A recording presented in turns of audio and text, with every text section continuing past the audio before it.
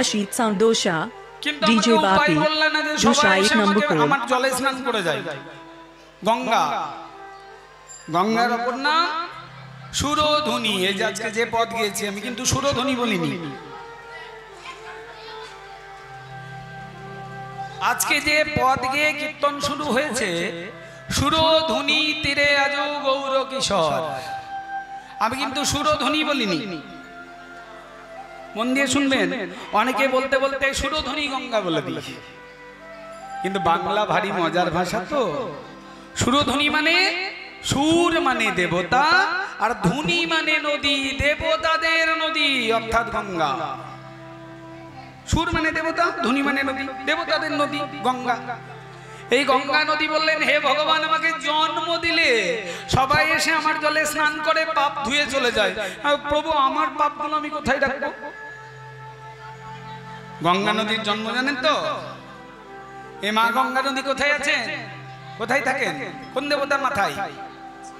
হ্যাঁ, মহাদেবের মাথার উপর। কিন্তু মহাদেবের মাথাতে তো আর গঙ্গার জন্ম হয়নি। গঙ্গা নদীর জন্ম হয়েছে ভগবান বিষ্ণুর চরণ থেকে। কি করে গঙ্গার জন্ম হলো ছোট্ট করে শুনে নিন। একবার দেব ঋষি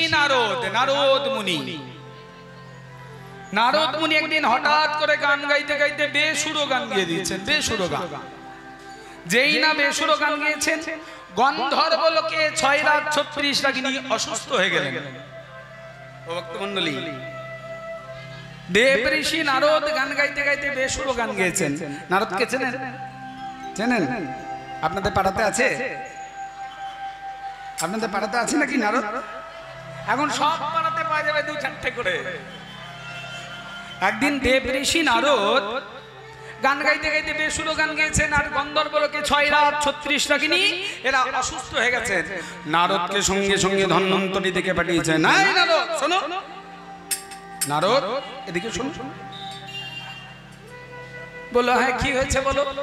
বলো, তুমি এমন ভুলভাল গান গেয়েছো, 6 রাত 36 রাগিনী অসুস্থ করে দিলে নারদ, এদেরকে সুস্থ করতে হবে। যে নারদ বলছেন, ধন্বন্তরী তুমি তো চিকিৎসক, দেবতাদের চিকিৎসক, ঔষধটি ঠিক করে দাও। ধন্বন্তরী বললেন, ঔষধে যদি এরা সুস্থ হয়ে যেত তাহলে তার তোমাকে ডেকে পাঠাতাম না। বললো, তাহলে এরা কি করে সুস্থ হবে? বললো, তুমি যে গান ভুলভাল গেয়েছো সেইগুলো যদি কেউ ঠিকঠাক করে সুরে আবার গিয়ে দিতে পারে, তবেই 6 রাত 36 রাগিনী সুস্থ হবে। যেই না বলেছেন, নারদ বলছেন, বাবা আমার উপর টেক্কা দিয়ে গান করবে কে? এমন গায়ক আছে? আমার উপর টেক্কা দিয়ে গান করবে এমন গায়ক কে আছে? আমি নারদ প্রতিদিন বিনা যন্ত্রে সাধনা করি, তাতেও আমার বেসুরো গান হচ্ছে। এমন গায়ক কে আছে জগতে যে আমার উপর টেক্কা দিয়ে গান করতে পারে? ধন্বন্তরী বললেন, একজন গায়ক আছেন। তিনি কে? তিনি হচ্ছেন কৈলাসপতি ভাঙর ভোলানাথ মামা। সর্বনাশ, আমার ওই বুড়ো মামাটা গান গাইবে? সারাদিন বরফের মাঝখানে বসে থাকে, গলা কেমন বসে গেছে, ঠান্ডা লেগে গেছে কিনা ঠিক নেই, ও কিনা গান গাইবে? কোনোদিন কোন সুরযন্ত্রে সাধনা করতেও দেখিনি। সঙ্গে সঙ্গে ধন্বন্তরী বলছেন, শোনো নারদ, যাদের গলা বেসুরো তাদের সুরযন্ত্রের দরকার হয়, কিন্তু যাদের গলাটাই সুরেলা তাদের তো সুরযন্ত্রের দরকার হয় না। তোমার মামা ওমকার নাদ জপ করতে করতে সেই ওমকার নাদ এমন ভাবে ব্রহ্মনাদের সাথে মিলেমিশে একাকার হয়ে যায়, সেই জায়গায় যে বিশুদ্ধ কীর্তন, বিশুদ্ধ সঙ্গীত হবে, সেটা পৃথিবীতে আর কোথাও নেই। তাই দেব ঋষি নারদ ছুটতে ছুটতে চলেছেন ভোলানাথের কাছে। একেবারে প্রাণ ভরে ভোলানাথের গুণগান গাইতে গাইতে যাচ্ছেন। অচিতগিরি সমং সৎকজ্জলং সিন্ধু পাত্রে সুরতরুবর শাখা লেখনি পত্র মুরবি লিখিত যদি গৃহীত্বাং সরদা সর্বকালম তথাপি তব গুণামি সম্পরং ন জাতি। ওম নমঃ শিবায়, ওম নমঃ শিবায়, ওম নমঃ শিবায়, ওম নমঃ শিবায়। असितगिरि समं सत्कज्जलं सिंधु पात्रे सुरतरुवर शाखा लेखनी पत्र मुरली लिखित जदि गीत्वां सरदा सर्वकालं तथापि तब गुणामी संग परंग न जाति। ओम नमः शिवाय ओम नमः शिवाय ओम नमः शिवाय ओम नमः शिवाय ओम नमः शिवाय ओम नमः शिवाय। असित गिरि समंसा ও ভক্তমণ্ডলী, এই যে শ্লোকটি বলতে বলতে আমরা যাচ্ছি না ভোলানাথের কাছে, এই শ্লোকটি যিনি রচনা করেছেন তার নাম পুষ্পদন্ত মুনি। মন দিয়ে মনে রাখবেন, এই জগতে সবচাইতে বেশি কোন দেবতার মন্ত্র থাকলে সেটি ভোলানাথ। ভোলানাথের এত মন্ত্র আছে জগতে আর কোন দেবতার এত মন্ত্র নেই। কেন? বলে শিবের তো সবাই ভক্ত, মানুষও শিবকে ভালোবাসে, দেবতারাও শিবকে ভালোবাসেন, অসুররাও শিবকে ভালোবাসেন, অসুরদেরও প্রিয় শিব ভোলানাথ। এমন একজন অসুর ছিলেন, বিরাট বড় শিব ভক্ত তিনি, তার 10টা মাথা, লঙ্কার রাজা ছিলেন তিনি, কিনা? রাবণ কত ভালোবাসতেন, এই তো বাচ্চারাও বলছে রাবণ। রাবণ ভোলানাথকে এত ভালোবাসতেন, রাবণ ভোলানাথকে নিয়ে একটি স্তব লিখেছিলেন, খুব বিখ্যাত স্তব, যার নাম শিব তাণ্ডব স্তোত্রম। মনে রাখবেন, রাবণের লেখা শিব তাণ্ডব স্তোত্রম। খুব পণ্ডিত ছিলেন তো রাবণ। শিব তাণ্ডব স্তোত্রম জানেন? 2 লাইন বলে দিই, সবাই মনে পড়ে যাবে, সবার জানা। जटाटवी गलज्जल प्रवाह पावितस्थले गले वलम्ब्य लम्बितं भुजङ्गतुङ्गमालिकम् डमर डमर डमरमयं निनादवर डमरमयं चकार चन्दताण्डवं तनुत्तु नः शिवः शिवम्। রাবণের লেখা শিব তাণ্ডব স্তোত্রম। আমি এখন যে শ্লোকটি বলতে বলতে নারদের সঙ্গে গুনগুন করে গাইতে গাইতে যাচ্ছি, সেটি আবার পুষ্পদন্ত মুনির লেখা শিব মহিম্না স্তোত্রম। তার 32 নম্বর শ্লোকটি বলছি, 34টা শ্লোক আছে মোটমাট। 32 নম্বরটা একটা প্রাণ ভরে একটু আস্বাদন করে নিই আমরা। ভোলানাথের মহিমা কেমন?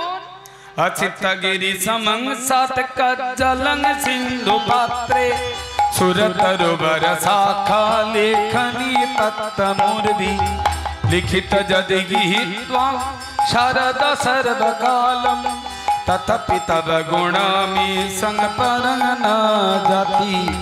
ओम नमः शिवाय ओम नमः शिवाय ओम नमः शिवाय ओम नमः शिवाय। ভোলানাথের মহিমা কেমন? অসিতগিরি সমংসাত কাজ্জলং সিন্ধু পাত্রে। ও মায়েরা, এই জগতে যত পর্বত আছে, পর্বতগুলো কেমন? এরকম হয় না? পাহাড়গুলো, পর্বতগুলো এরকম চূড়া থাকে একটা, চারিদিকটা এরকম ঢালু। বলছে পর্বতের গাগুলোকে যদি খাতার পাতা করা হয়, শ্লোকটা দেখুন একবার। বলছে পর্বতের গাগুলো যদি খাতার পাতা হয়, তাহলে লেখার জন্য কালি কোথায় পাওয়া যাবে? আগেকার দিনে তো নিপিলের ভেতরে কালি ভরা থাকতো, এরকম সিস্টেম ছিল না। তখনকার দিনে দোয়াতে ডুবিয়ে ডুবিয়ে লিখতে হতো। হ্যাঁ, ডুবিয়ে ডুবিয়ে লিখতে হতো। তো বললো এত বড় পর্বতের গাগুলো যদি খাতার পাতা হয়, কালি কোথায় পাওয়া যাবে? কাজ্জলং সিন্ধু পাত্রে, গোটা সিন্ধু নদীর জলটা যদি কলমের কালি হয়ে যায়। পর্বতের গাগুলো খাতার পাতা, সিন্ধু নদীর জল কলমের কালি। তাহলে কলম কোথায় পাবো? সুরতরুবর শাখা লেখনি পত্তমূর্বি। যদি জগতে যত গাছপালা আছে তার ডালপালা দিয়ে যদি লেখার কলম তৈরি করা হয়, লিখবেন কে? লিখিত যদি গৃহীত্বং শারদা সর্বকালম। শারদা মানে সরস্বতী। মা সরস্বতী যদি সারা জীবন ধরে লিখতে শুরু করেন, লিখিত যদি গৃহীত্বং শারদা সর্বকালম তথাপি তব গুণামি সং পরং ন জাতি। তার সত্ত্বেও হে ভোলানাথ, তোমার গুণের কথা বলে শেষ করা যাবে না। সেই ভোলানাথের কাছে দেব ঋষি নারদ এসেছেন, এসে বলছেন ও মামা, মামা। বলি ভাগ্নে নারদ, তুমি এসেছো কেন? বলো মামা, আমি একটা প্রশ্ন করতে এসেছি তোমার কাছে। শুধু ওই প্রশ্নের উত্তর দেবে আর চলে যাবে। কি প্রশ্ন বলো ভাগ্নে? বলো মামা, আচ্ছা বলো তো, ভাগ্নে যদি কোনো কাজ ভুলভাল করে থাকে, মামার কর্তব্য কি? ও ও মায়েরা, ও যে ভাগ্নে যদি কোনো কাজ ভুল ভাল করে থাকে, মামার কর্তব্য কি? বলে সংশোধন করে দেওয়া। যেই না বলেছেন সংশোধন করে দেওয়া, যাই কথা। বলে তোমার এই ভাগ্নে গান গাইতে গাইতে বেসুরো গান গেয়েছে, 6 রাগ 36 রাগিনী অসুস্থ হয়ে গেছে। এখন এদেরকে সুস্থ করার দায়িত্ব তোমাকে নিতে হবে।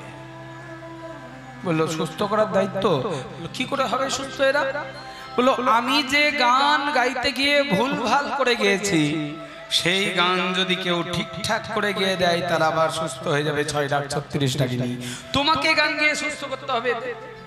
ভোলানাথ বলছেন আমি গান গাইবো, আপত্তি কোনো কিছু নেই, গান আমার গাইতে আপত্তি নেই, কিন্তু আমার গানের শ্রোতা কই? শ্রোতা ছাড়া গান গাইতে ভালো লাগে? ও মায়েরা, ভালো লাগবে? আমি গান গাইবো, গানের শ্রোতা কই? নারদ বলছে না, কি আবার গান গাইবে হে, গানের আবার শ্রোতা লাগবে? বললো হ্যাঁ, আমি গান যেমন গাই গাই, আমার গানে 2 জন শ্রোতা লাগবেই লাগবে, তবে গান গাইবে। ভোলানাথ বলছেন কোন 2 জন শ্রোতা? একজনের নাম ব্রহ্মা আর একজনের নাম বিষ্ণু। ওই ব্রহ্মা আর বিষ্ণুকে নিয়ে এসো, তবেই গান গাইবে। এবার ব্রহ্মা আর বিষ্ণুকে নিয়ে আসা হয়েছে, গান শুরু করেছেন ভোলানাথ। গণেশ রয়েছেন মৃদঙ্গে, সরস্বতী ধরেছেন বীণা, এমন গান গাইতে শুরু করেছেন ভোলানাথ। ভোলানাথের গানের প্রতাপে ভগবান বিষ্ণুর অঙ্গে শুরু হয়ে গেল কম্পন, কাঁপতে শুরু করেছেন ভগবান বিষ্ণু। কাঁপতে কাঁপতে সেই কম্পনের শুরু হয়ে গেল গলন।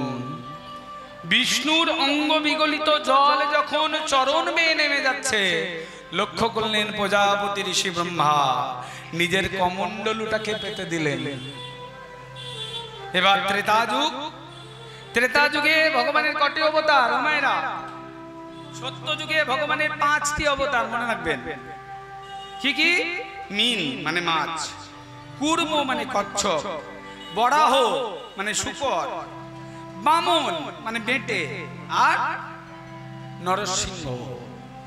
সত্য যুগে ভগবানের 5টি অবতার। ত্রেতা যুগে ভগবানের কোন অবতার? ও মায়েরা, ত্রেতা যুগে কোন ভগবান জানেন না? এই তো 2-1 জন বলছেন, রামচন্দ্র। ত্রেতা যুগে রামচন্দ্র অবতার, তবে শুধু রাম নয়, ত্রেতা যুগে আর একজন এসেছিলেন রামের আগে অবতার। তিনি কে? তিনি পরশুরাম। 10 অবতার সত্যে পরশুরামকেও দেবতা বলা হচ্ছে, অবতার বলা হচ্ছে। তা পরশুরাম আর রাম, পরশুরাম অবতারে ক্ষত্রিয় বিনাশ করে দিয়েছিলেন কুঠার দিয়ে পরশুরাম। এবার যেই না পরশুরাম অবতারে ক্ষত্রিয় বিনাশ করেছেন, এবার তারপরে রামচন্দ্র হয়ে ক্ষত্রিয় কুলে অবতার নেবেন। ক্ষত্রিয় কুলে রামচন্দ্রের জন্ম হবে, কিন্তু ক্ষত্রিয় তো আগেই একেবারে কুঠার দিয়ে কেটে শেষ করে দিয়েছেন পরশুরাম। তাহলে ক্ষত্রিয় জগতেই নেই পৃথিবীতে, রাম আসবে কি করে? তখন বিধান করা হলো, যদি ওই ব্রহ্মার কমণ্ডলু থেকে ওই জল, বিষ্ণুর অঙ্গ বিগলিত জল ধরাধামে নিয়ে আসা যায়, তাহলে পৃথিবী পবিত্র হবে, ক্ষত্রিয় কুল আবার বেঁচে উঠবে। সঙ্গে সঙ্গে তপস্যা শুরু করলেন একজন, যার নাম ভগীরথ। সেই ভগীরথ তপস্যা করছেন যখন, ব্রহ্মা কমণ্ডলু থেকে মন্দাকিনীকে মুক্ত করে দিলেন। ব্রহ্মলোক থেকে, কমণ্ডলু থেকে বেরিয়ে ব্রহ্মলোক থেকে ছুটে চলে আসছে ধরাধামে গঙ্গা। সেই গঙ্গা যখন ছুটতে ছুটতে আসছে, তার দ্রুত দুর্বার গতি। সবাই চিন্তায় পড়ে গেলেন, এই গঙ্গা যদি পৃথিবীতে একবার আঘাত করে, গোটা পৃথিবী ভেঙে চৌচির হয়ে যাবে। এত আঘাত সহ্য করবে কে? ভোলানাথ বলছেন, আমার গান থেকে যখন জন্ম হয়েছে, আমি মাথা পেতে দিলাম। এই বলে সেই গঙ্গা নিজের জটার মাঝখানে ভরে নিলেন ভোলানাথ। সেখান থেকে ধীরে ধীরে গঙ্গাকে মুক্ত করলেন। কাজী নজরুল ইসলামের একটা বিখ্যাত গান আছে, দেখবেন। হে গোবিন্দ রাখো চরণে, ওখানটা একটা বিখ্যাত লাইন আছে, গঙ্গা বহে শ্রীচরণ বে, তবে কেন দুঃখ পায় ও চরণ চে। এই ত্রিতাপ জ্বালা হর হে শ্রী হরি চাহ করুণা সিক্ত নয়নে রাখো চরণে হে গোবিন্দ রাখো চরণে হে গোবিন্দ রাখো চরণে। কাজী নজরুল ইসলাম তার সনাতন সংস্কৃতি সম্বন্ধে সাহিত্য সম্বন্ধে কত জ্ঞান ছিল দেখুন। বলছেন গঙ্গা বহে যে শ্রীচরণ চে। এখন আমাদের ধর্মের মানুষজনকে সুদান 100 জনের মধ্যে 90 জন উত্তর দেবে গঙ্গার জন্ম কোথায়, বলে শিবের জটায়। 100 জনে 90 জন উত্তর দেবে শিবের জটায়। কিন্তু কাজী নজরুল ইসলাম তিনি তার কত জ্ঞান ছিল একবার ভাবুন। তিনি লিখছেন তার গানেতে গঙ্গা বহে যে শ্রীচরণ বে। তিনি জানতেন গঙ্গা নদীর জন্ম কোথায়। সেই মা গঙ্গা বলছেন যে হে ভগবান আমাকে জন্ম দিলে সবাই এসে আমার জলে পাপ ধুয়ে যাচ্ছে, আমি পাপগুলো রাখবো কোথায়? তখন ভগবান বলেছিলেন যদি কোনো ভক্ত তোমার জলে স্নান করে, তাদের চরণ ধুলি যদি কোনোদিন তোমার জলেতে পড়ে, তোমার এই পাপও ধুয়ে যাবে। তাহলে গঙ্গাতে যেমন পাপীরা স্নান করে, পুণ্যবান ভক্ত তারাও তো স্নান করে। তাই গঙ্গা নদীতে পাপ ওই পুণ্যবানের চরণ ধুলি পেয়ে ধন্য হয়ে যায়। আজকে সেই চরণ ধুলিতে স্নান করার সৌভাগ্য আপনারা দিয়েছেন, তাই প্রত্যেকের শ্রীচরণে আমার কোটি কোটি ধন্যবাদ প্রণাম জানিয়ে আসুন লীলার মধ্যে প্রবেশ করি। বলার অনেক কিছু বাকি, সময় কিন্তু ভারী সীমিত। আজকে একটি শ্লোক বলে কীর্তন শুরু হয়েছে, সেই শ্লোকটির একটু সামান্য ব্যাখ্যা শুনে নিয়ে মূল লীলায় প্রবেশ করি। শ্লোকটি যে শ্লোক বলেছি, শ্লোকটি হরিনামের মহিমামূলক একটা বিখ্যাত শ্লোক। এই শ্লোকটি হরিনামের মহিমামূলক একটা বিখ্যাত শ্লোক। শ্লোকটি শুনুন মন দিয়ে। নাম নামকারী বহুধা নিজ সর্বশক্তি স্তত্তাপ্রিত নিয়মিত স্মরণেন কাল एतादृशी तव कृपा भगवन् ममापि दुर्दैवं मीदृशमिह जनिनानुरागः।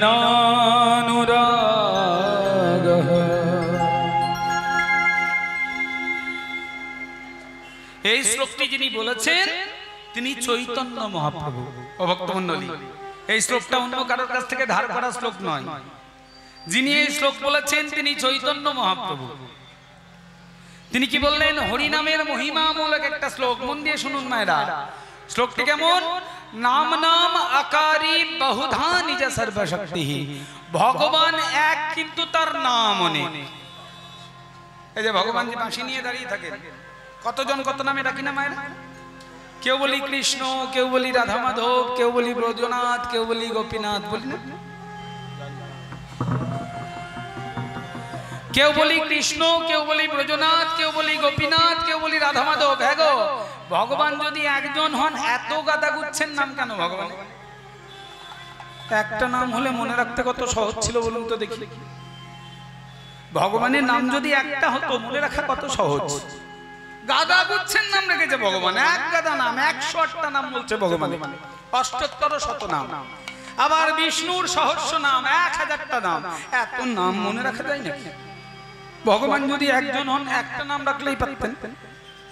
এই শ্লোকটি বলেছেন মহাপ্রভু। শ্লোকটির ব্যাখ্যা করেছেন কৃষ্ণদাস কবিরাজ গোস্বামী। তিনি কি ব্যাখ্যা করছেন? নাম নাম আকারী বহুধা নিজ সর্বশক্তি। ব্যাখ্যা করছেন কবিরাজ গোস্বামী। অনেক লোকের বাঞ্ছা অনেক উপকার, অনেক লোকের বাঞ্ছা অনেক প্রকার, তাই কৃপাতে করিলেন অনেক নামেরও প্রচার। অনেক লোকের বাঞ্ছা অনেক উপকার, তাই কৃপাতে করিলেন অনেক নামেরও প্রচার। এখানে যে কজন বসে আছেন ও মায়েরা, একটু সহজ করে বুঝে নিন। যে কজন বসে বসে কীর্তন শুনছেন, আচ্ছা বলুন তো দেখি, সবার রসগোল্লা ভালো লাগে? সবাই মিষ্টি খেতে পছন্দ করেন? এদিকে মায়েরা সবাই মিষ্টি খেতে পছন্দ করেন? দু চারজন বলো মিষ্টি খেলেই আমার গা গোলায়, আমার একটু ঝাল ঝাল ভালো লাগে। আবার কেউ বলবে ঝালও ভালো লাগে না, মিষ্টি ভালো লাগে না, আমার একটু টক টক ভালো লাগে। তা আমাদের যেমন সবার জিহ্বা সমান স্বাদ পেতে চাই না, কারোর ঝাল, কারোর মিষ্টি, কারোর টক। ভক্তি রাজ্য সকল ভক্তের জিহ্বা কর্ণ সমান স্বাদ পেতে চাই না। কোন ভক্ত বলবে রাধা গোবিন্দের টানাটানি লীলা শুনতে আমার ভালো লাগে না, আমার ভালো লাগে মা যশোদা ওই ভগবানকে কোলে করে নিয়ে খেলাচ্ছেন, ওই লীলা শুনতে ভালো লাগে। মানে সেই ভক্তটি বাৎসল্য রসে রসায়িত মন, মধুর রস গ্রহণ করার মতো মন এখনো তার তৈরি হয়। এই বাৎসল্য রসে রসিক যারা, ভগবান বলেছেন তাদের জন্য আমি রাধা মাধব ব্রজনাথ নই, তারা যদি আমায় গোপাল বলে ডাকতে পারে আমি তাদের কৃপা করব। তারা যদি আমায় ননীচোরা যশোদানন্দন বলতে পারে কৃপা করব। কোন ভক্ত বলবেন আমার কোন লীলা ভালো লাগে জানো? শ্রীদাম সুদাম দাম বসুদাম মিলে ভাইয়া ভাইয়া বলে চিৎকার করে করে খেলে খেলে বেড়াচ্ছে, ওই লীলা শুনতে ভালো লাগে। মানে সেই ভক্তটি সক্ষ রসে রসায়িত মন। ভগবান ভগবান বলে দিয়েছেন যারা আমাকে সক্ষ রসে ভালোবাসো, মানে বন্ধুর মতো করে, ভগবান বলছেন তাদের জন্য আমি আমার নাম রেখেছি কানাইয়া। কানাই বললেই আমার কৃপা হয়ে যায়। আবার কোন ভক্ত বলবেন রাধা গোবিন্দের যুগল লীলা শুনতেই ভালো লাগে, মানে সেই ভক্তটি মধুর রসে রসায়িত মন। ভগবান বলছেন তাদের জন্য আমি আমার নাম রেখেছি রাধা মাধব ব্রজনাথ গোপীনাথ। তাহলে বোঝা গেল ভক্তমণ্ডলী, ভগবান একজন হয়েও এত গাদা গুচ্ছেন নাম কেন? বলো যে যে ভাবের ভক্ত ভগবানকে যেন সেই ভাবে তারা ডাকতে পারে, তার জন্য সেই ভাবের নাম রেখেছেন ভগবান। তাহলে নাম নাম আকারি বহুধা নিজ সর্বশক্তি,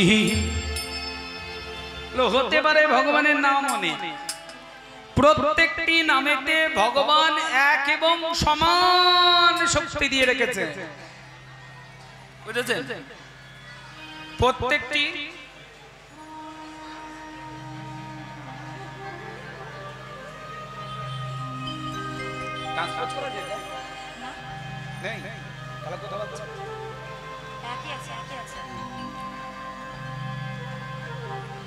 তাহলে ভগবান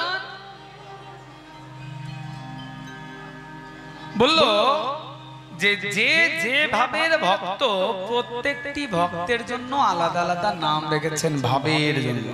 যারা বাৎসল্য রসে তারা বাৎসল্য রসের নাম গোপালে, যারা সক্ষ রসে তারা কানাই, যারা মধুর রসে তারা রাধা মাধব ব্রজনাথ গোপীনাথ। তাহলে ভগবানের নাম হতে পারে অনেক, কিন্তু প্রত্যেকটি নামেতে ভগবান এক এবং সমান শক্তি দিয়ে রেখেছেন। নিয়মিত স্মরণে নকাল, ভগবানের এই নাম জপ করার ক্ষেত্রে কোনো কালের বালাই নেই, কোনো বিধি নিষেধ নেই। হতে পারে ভগবানের নাম অনেক, প্রত্যেকটি নামেতে ভগবান এক এবং সমান শক্তি দিয়ে রেখেছেন। এই নাম জপ করার ক্ষেত্রে কোনো কালের বালাই নেই, কোনো বিধি নিষেধ নেই। ও ভক্তমণ্ডলী, যে কোনো মন্ত্র বলতে গেলে নিয়ম আছে, আছে না বাবারা? যে কোনো মন্ত্র বলতে গেলে নিয়ম আছে। মনে করুন এই যে আপনাদের বাড়িতে লক্ষ্মী পুজো করেন তো, লক্ষ্মী পুজো ঠাকুর মশাইকে দিয়ে লক্ষ্মী পুজো করতে রেখেছেন। ঠাকুর মশাই যদি বলে শোনো তোমাদের বাড়িতে প্রতি বছর বসে বসে লক্ষ্মী পুজো করি, এবছর আমার ইচ্ছা জেগেছে আমি শুয়ে শুয়ে লক্ষ্মী পুজো করব, মেনে নেবেন? মেনে নেবেন? শুয়ে শুয়ে লক্ষ্মী পুজো করা হয়, শুয়ে শুয়ে লক্ষ্মী পুজো করা হয়, করা হয়। তাহলে যে কোনো মন্ত্র বলতে গেলে নিয়ম আছে। হরে কৃষ্ণ মহামন্ত্র বলার ক্ষেত্রে কোনো নিয়ম আছে নাকি?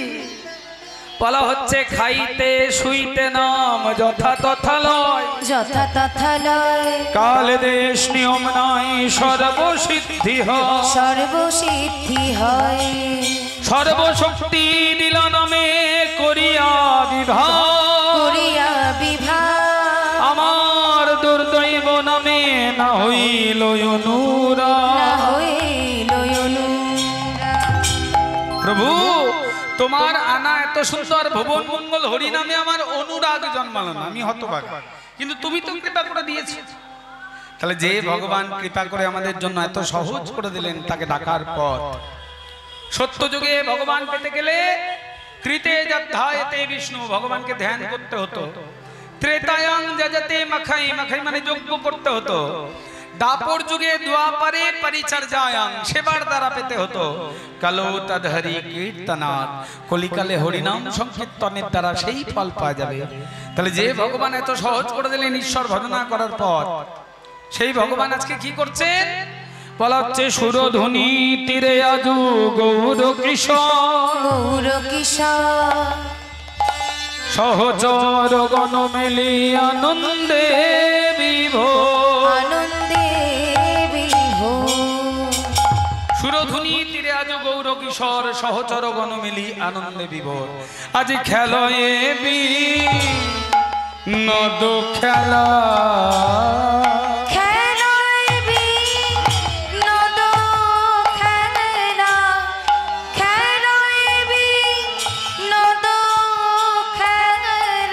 আমার গোরা বনমালী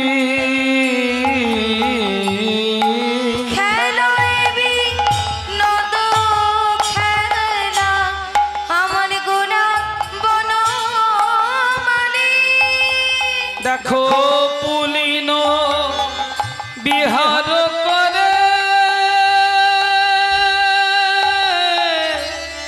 ভক্ত মণ্ডলী মণ্ডলী গো, পুলিন বিহার করে,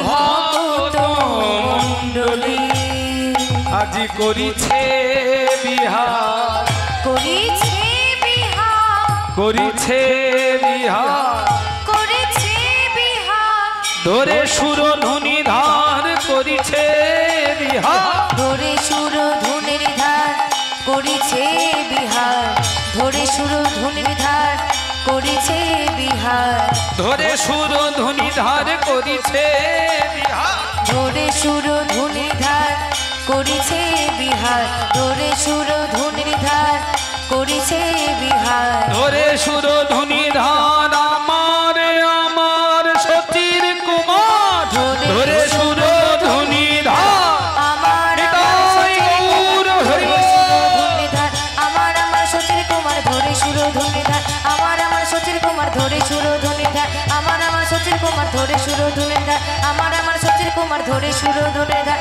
আমার আমার সতীর কুমার বলি করিছে বিহার, পুলিন বিহার করে,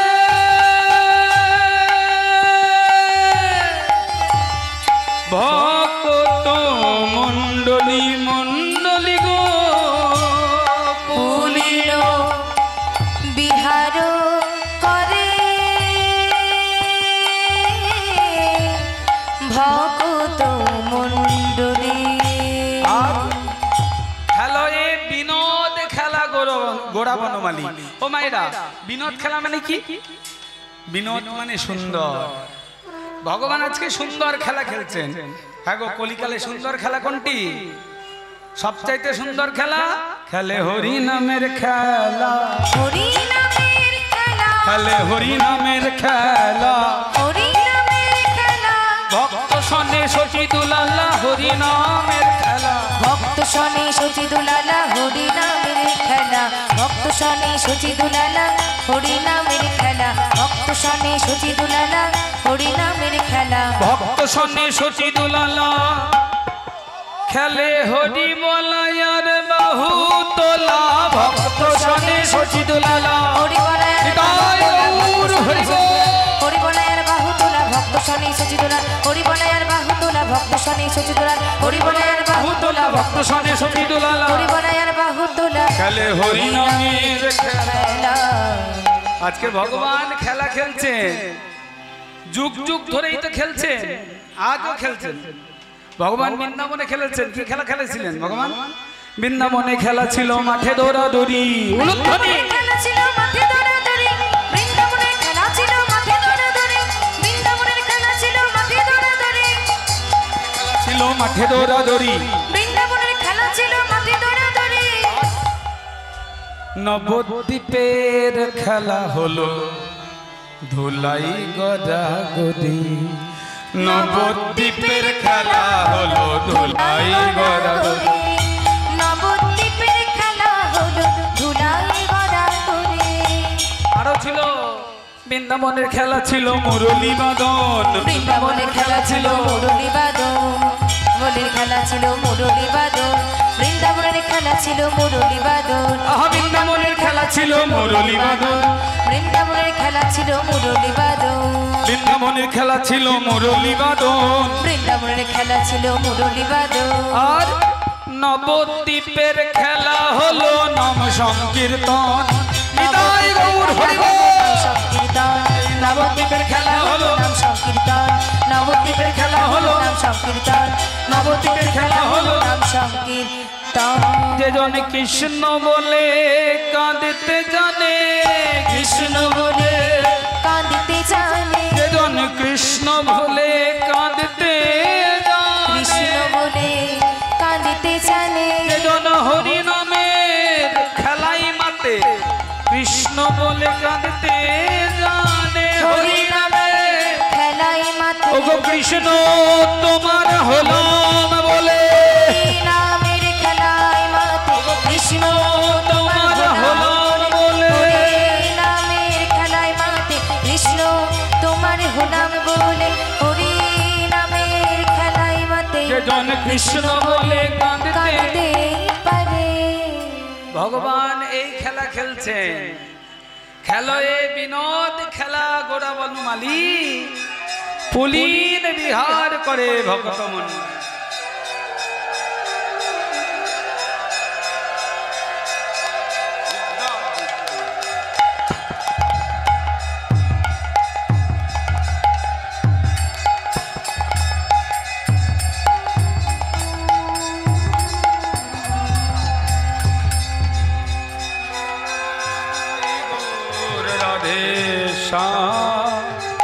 হরে কৃষ্ণ হরে রাম, নিতাই গৌর রাধে শ্যাম। হরে কৃষ্ণ হরে রাম, নিতাই গৌর রাধে শ্যাম। হরে কৃষ্ণ হরে রাম, নিতাই গৌর রাধে শ্যাম। হরে কৃষ্ণ হরে রাম, নিতাই গৌর রাধে শ্যাম। হরে কৃষ্ণ হরে রাম, নিতাই গৌর রাধে শ্যাম। হরে কৃষ্ণ হরে রাম, অজনিতা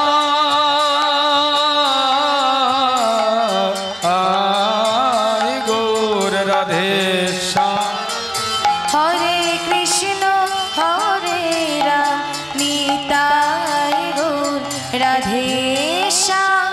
হরে কৃষ্ণ হরে রাম, অজনিতা গৌর রাধে শ্যাম। হরে কৃষ্ণ হরে রাম, নিতাই গৌর রাধে শ্যাম। হরে কৃষ্ণ হরে রাম, অজনিতা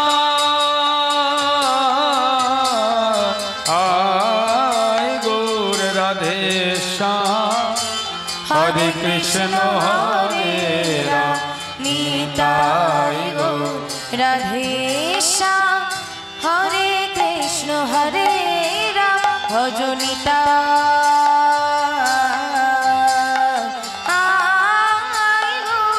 রাধে শ্যাম। হরে কৃষ্ণ হরে রাম, নিতাই গৌর রাধে শ্যাম। হরে কৃষ্ণ হরে রাম, ভজনিতা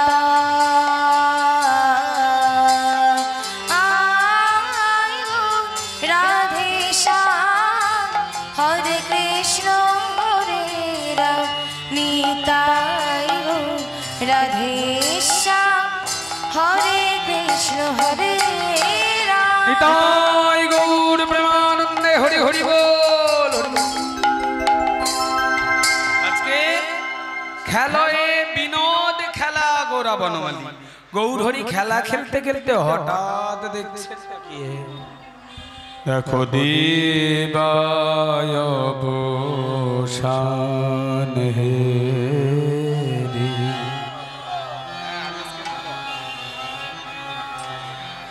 গৃহেতে চলিলা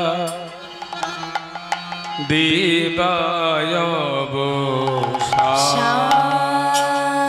হেরি, গৃহেতে চলিলা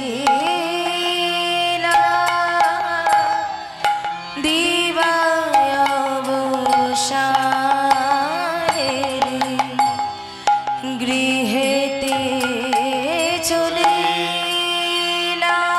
দেখো জননী চরণে আসি প্রণাম করিলা। জননী চরণে আসি প্রণাম করিলা। দিবায় অবসান হেরি, অবসান হেরি, গৃহেতে চলিলা। ও গোয়ার গগনে বেলা নয় জেনে আমার আমার সচির নন্দন গৌর হরি। গৌরী হরি, দেখো গৃহেতে চলিলা, গৃহেতে চলিলা, গৃহেতে চলিলা, গৃহেতে চলিলা। জগিতাই আজকে আমরা যে লীলা শুনবো মায়েরা, লীলাটি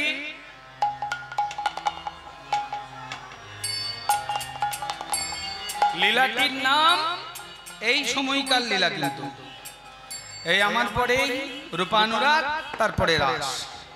এই সময় যে লীলাটি আজকে আমরা শুনছি, লীলাটির নাম ঘরে ফেরার গান। এই গানটি আসলে মূলত ঘরে ফেরার গান, কি করে ঘরে ফিরতে হয়।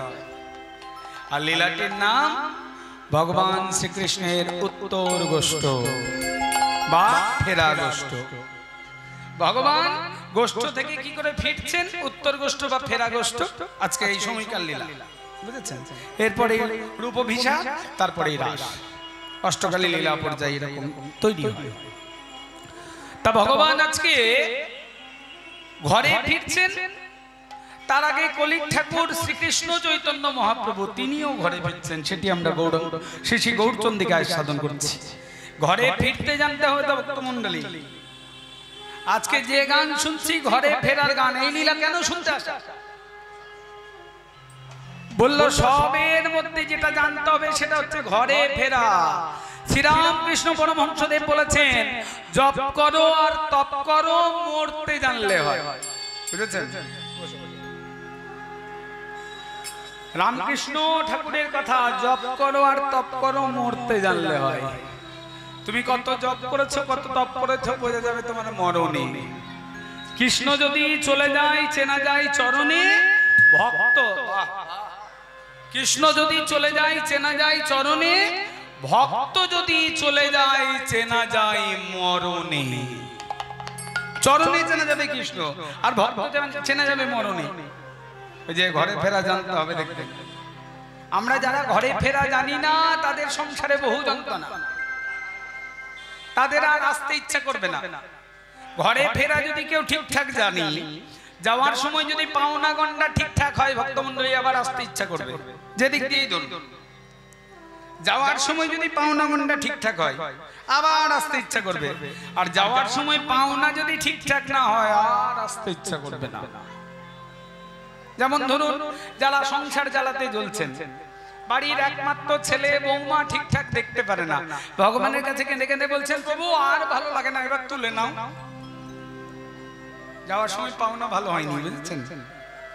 ওই যে প্রভু আর ভালো লাগছে না, এবার আমাকে তুলে নাও, আর যাই করবে করো, আমাকে যেন আনজন্মে ওই মানুষ করে জন্ম দিও না, মনুষ্য জন্ম আর দিও না। আমার বহু মানুষ হওয়া হয়েছে, এর থেকে কুচ্ছাকল হওয়া ভালো ছিল। যাওয়ার সময় পাওনা ভালো হয়নি, যাওয়ার সময় যাদের পাওনা ভালো হয়েছে, বাবাজি বৈষ্ণবগণ ভক্তকুল, তারা কি বলবো, প্রভু গো এই জন্মে আমার তোমাকে ঠিকঠাক ডাকা হলো না, জানি না কতখানি তোমায় ডাকতে পেরেছে। আন জন্ম বলে যদি আমার জন্ম থাকে, তুমি আমায় এমন জন্ম দিও আগামী জন্মে সেই মনুষ্য দেহ পেয়ে আমি যেন কোনো ভক্তের বাড়িতে তোমার আশ্রয় পাই, তোমার চরণের তলে। সেদিন এ জন্মে যতটুকু ডাকা হলো, পরজন্ম থেকে আরো বেশি করে ডাকবে। তাহলে যাওয়ার সময় পাওনা ভালো হয়েছে বলে তো আসতে ইচ্ছা করবে। আজকে ঘরে ফেরার গান শুনবো, ঘরে ফিরতে জানতে হবে।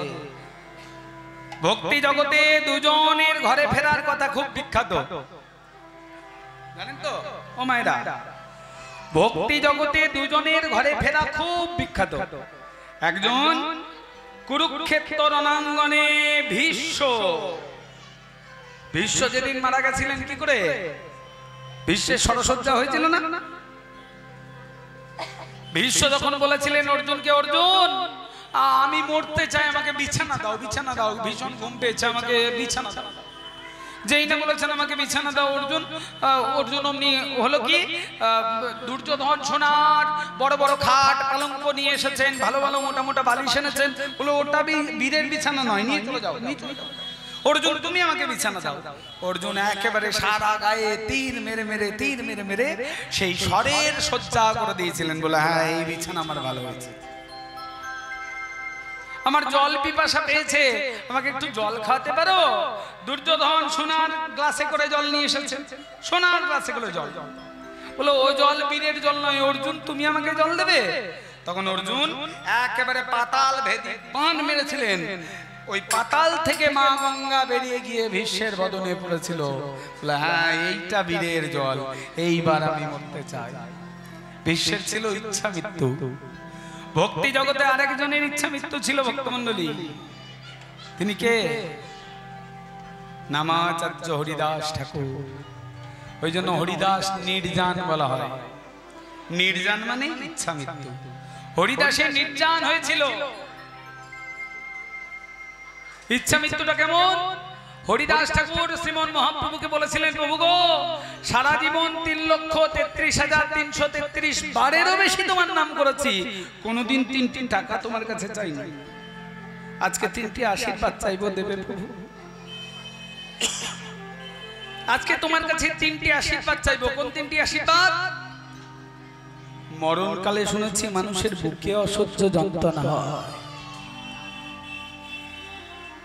মরণকালে মানুষের বুকে অসহ্য যন্ত্রণা হয়, প্রাণ পাখি ছেড়ে বেরোবে তো খাঁচা ভেঙে বেরোবে, বুকে খুব যন্ত্রণা হয়। বাবু ও প্রভু আমি কিন্তু এই বুকে যন্ত্রণা নিয়ে মরতে চাই। মরণকালে মানুষের নয়নে খুব কষ্ট হয়, তিল তিল করে বাড়ি ঘর দুয়ার তৈরি করলাম, ছেড়ে চলে যেতে হবে। প্রত্যেকে আমরা মারা যাওয়ার আগে কিন্তু বুঝতে পারি আমরা মরবো, বুঝেছেন? প্রত্যেকেই আমরা বুঝতে পারি মারা যাওয়ার আগে আমি মরবো। নয়নে খুব কষ্ট হয়, সংসার ছেড়ে চলে যেতে হবে। প্রভু গো আমি চোখেও কষ্ট নিয়ে মরতে চাই না। মরণকালে মানুষের জিভ দিয়ে গলা শুকিয়ে যায়, জিভ দিয়ে কোনো কথা বেরোয় না, আমি গলা শুকিয়েও মরতে চাই না। মরণকালে 3টি আশীর্বাদ চাইবো, প্রভু দেবে? মরণকালে তোমার কাছে 3টি আশীর্বাদ চাইবো, প্রভু দেবে? কোন 3টি আশীর্বাদ? প্রথম আশীর্বাদ, আমি হৃদয়ে ধরিব তোমার যুগল চরণ,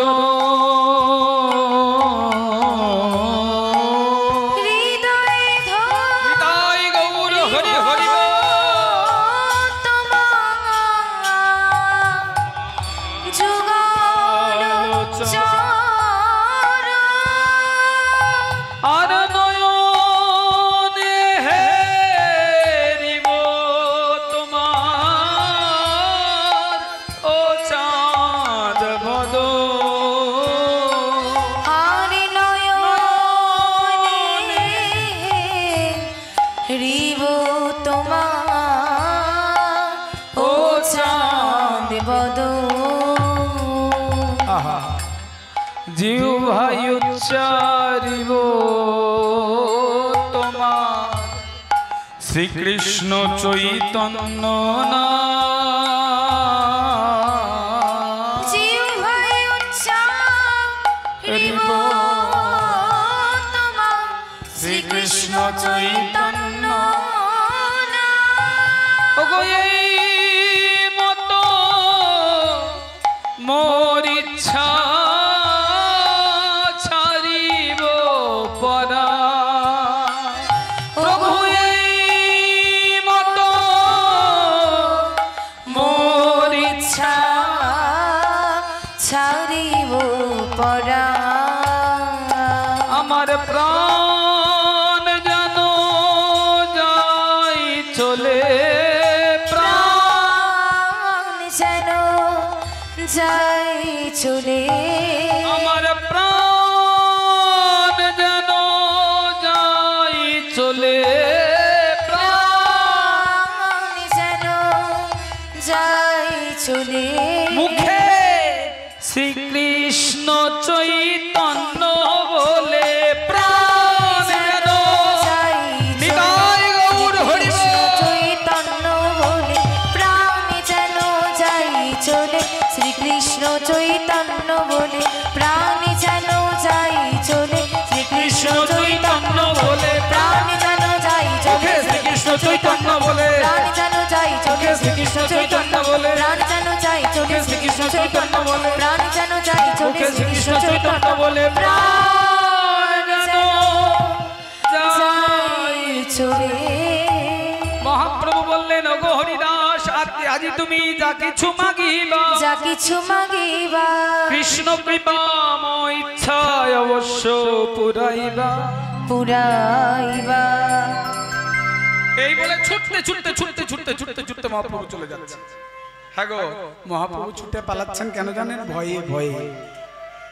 মহাপ্রভু আজকে ভয় পেয়ে গেছেন। হরিদাস ঠাকুর কোনোদিন জীবনে কোনো কিছু চাননি মহাপ্রভুকে। মনে মনে ভাবছেন আজকে চাইতে চাইতে যদি একটু বেশি চেয়ে নেই। কোনোদিন কিছু চাইনি, তো আজকে যদি চাইতে শুরু করেছে যখন, যদি একটু বেশি চেয়ে ফেলে, আমি যদি দিতে না পারি, তাহলে কে আমায় বলবে আমি বাঞ্ছা কল্পতরু ভগবান? তাই মহাপ্রভু ছুটে চলে গেলেন। পরের দিন সদল বলে, দেখুন ঘরে ফিরতে হয় কি করে মায়েরা, মন দিয়ে জেনে নিন। পরের দিন সদল বলে শ্রীমন মহাপ্রভু এসেছেন। সদল বলে, এবার সদল বলে শ্রীমন মহাপ্রভু এসে জিজ্ঞেস করছেন, ও হরিদাস, বলি ভালো আছে তো? বলে, প্রভু তোমার নাম নিয়ে কোনো রকম চলে যাচ্ছে। আচ্ছা হরিদাস, বলি সিদ্ধান্ত কিছু পাল্টালে? ও প্রভু, ভক্ত যদি সিদ্ধান্ত পাল্টায়, ভক্তি রাজ্যে তার দাম থাকে না, মূল্য থাকে না। থাকবে? ও মায়েরা, মনে করুন আজকে আমি চওড়া করে একেবারে সিঁদুরের টিপ নিয়েছি, জয় তারা জয় তারা ঘুরে বেড়াচ্ছি। কালকে সিঁদুরের টিপ মুছে দিয়ে একেবারে ছাই ভস্ম নিয়ে ত্রিপুণ্ডরী করছি, ছাই ভস্ম মেখে নিয়ে ঘুরে বেড়াচ্ছি, হার হার ভোলে হার হার ভোলে। পরের দিন আবার স্নান করে একেবারে গোটা মাথা চুল নেড়া করে বড় মতো একটা শিখা রেখে দিয়ে কপালে তিলক সেবা করে হে গোবিন্দ হে কৃষ্ণ জয় তাই বলে ঘুরে বেড়াচ্ছে। লোকে কি বলবে? এই বেটা কবে কোন দিন কি সাজে নিজেরই ঠিক নেই গো, বলবে না? তা ভক্তি রাজ্যে ভক্ত যদি সিদ্ধান্ত পাল্টাই বারবার, ভক্তি রাজ্যে তার কোনো দাম থাকে? প্রভু, তাই আমি ভক্ত হয়ে সিদ্ধান্ত পাল্টাবো না। তুমি যখন আমায় কৃপা করবে বলে এসেছো, তখন আমায় কৃপা করে যাও। মহাপ্রভু হরিদাসকে ঘিরে ঘিরে নাম গাইতে শুরু করেছেন। হরিদাস কি করেছিলেন? সহৃদয়ে আনি ধরিল প্রভুর যুগল চরণ, যুগল চরণ। দেখো নয়নে হেরিছে প্রভু ও চাঁদ বদন, ও চাঁদ বদন। বলে আমার নয়ন ভ্রমর থাক মেতে, নয়ন ভ্রমর থাক মেতে। এই যে অক্ষরগুলো গাইছে, এগুলো সব শ্রীপাদ রামদাস বাবাজি মহাশয় রাখো, আমার গুরুর গুরু তিনি। আমার নয়ন ভ্রমর থাক মেতে, নয়ন ভ্রমর মেতে মধুপান করে থাক মেতে মধুপান